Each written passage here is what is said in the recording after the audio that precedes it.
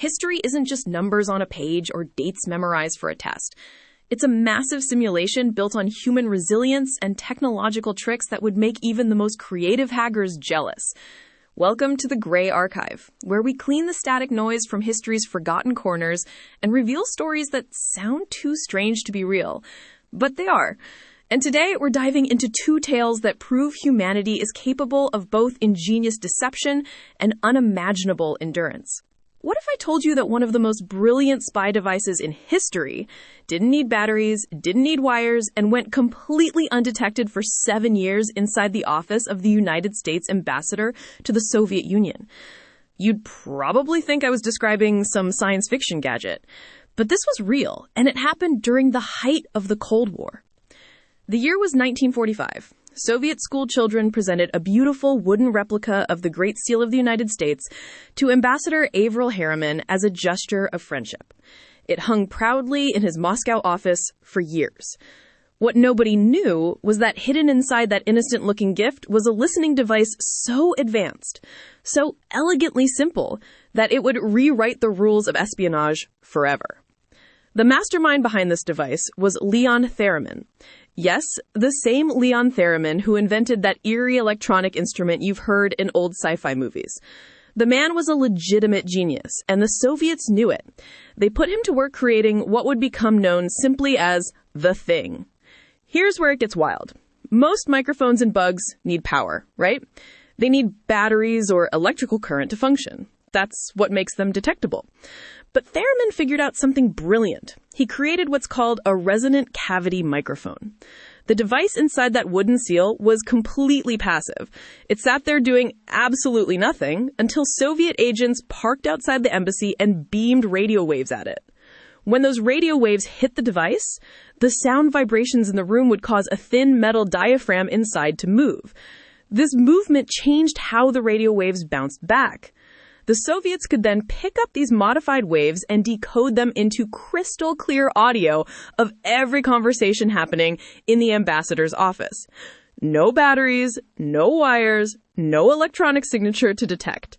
It was pure physics turned into espionage art. For 7 years, the Soviets listened to America's most sensitive diplomatic conversations. 7 years! Every strategy discussion, every classified briefing, every private conversation delivered straight to Moscow. The discovery of the Thing in 1952 was nothing short of humiliating for American intelligence. A British radio operator noticed unusual signals coming from the embassy building. When security teams finally tore apart the ambassador's office looking for the source, they found this incredibly simple yet sophisticated device that had been hiding in plain sight the entire time.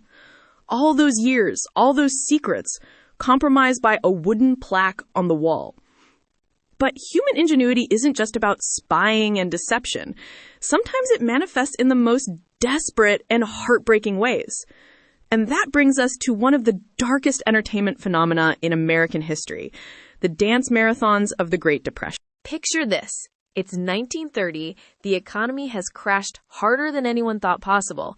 Banks are failing, factories are closing, families are losing everything. You're broke, hungry, and desperate for any way to survive. Then you hear about a dance marathon offering prize money and free food for as long as you can keep moving. What would you do? Thousands of Americans answered that question by stepping onto dance floors across the country, entering competitions that would push the human body and mind to absolutely terrifying limits. These weren't fun dance parties. They were endurance contests that quickly became spectacles of human suffering. The rules were deceptively simple. Keep dancing, keep moving.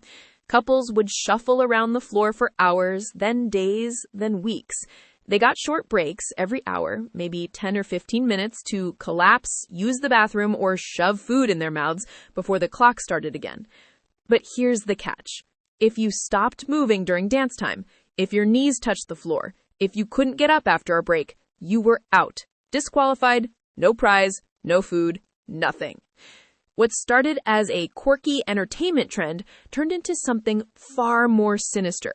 Promoters realized people would pay good money to watch other people destroy themselves.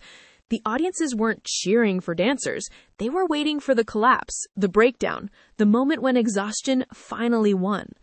The physical toll was horrific. Dancers' feet would swell and bleed. Some contestants wore through multiple pairs of shoes as their skin broke down from constant friction and pressure. Sleep deprivation drove people into hallucinations. Dancers would shuffle around the floor with their eyes open but completely unconscious, their bodies moving on autopilot while their minds shut down. Medical professionals documented contestants experiencing temporary psychosis, violent outbursts, and complete physical breakdowns. And still, they kept dancing, because the alternative, going back to the street with no money and no food, seemed worse than the torture of the dance floor. The record holders in this grim competition were Callum de Villiers and Vonnie Kaczynski. In 1933, this couple danced for 157 days. That's over 5 months of continuous movement. Try to wrap your head around that. Most people can't stay awake for 3 days without serious cognitive impairment. These two kept moving for over 20 weeks. But the dance marathons had a body count. Homer Morehouse became the face of the movement to ban these events when he died of heart failure after dancing for 87 hours straight.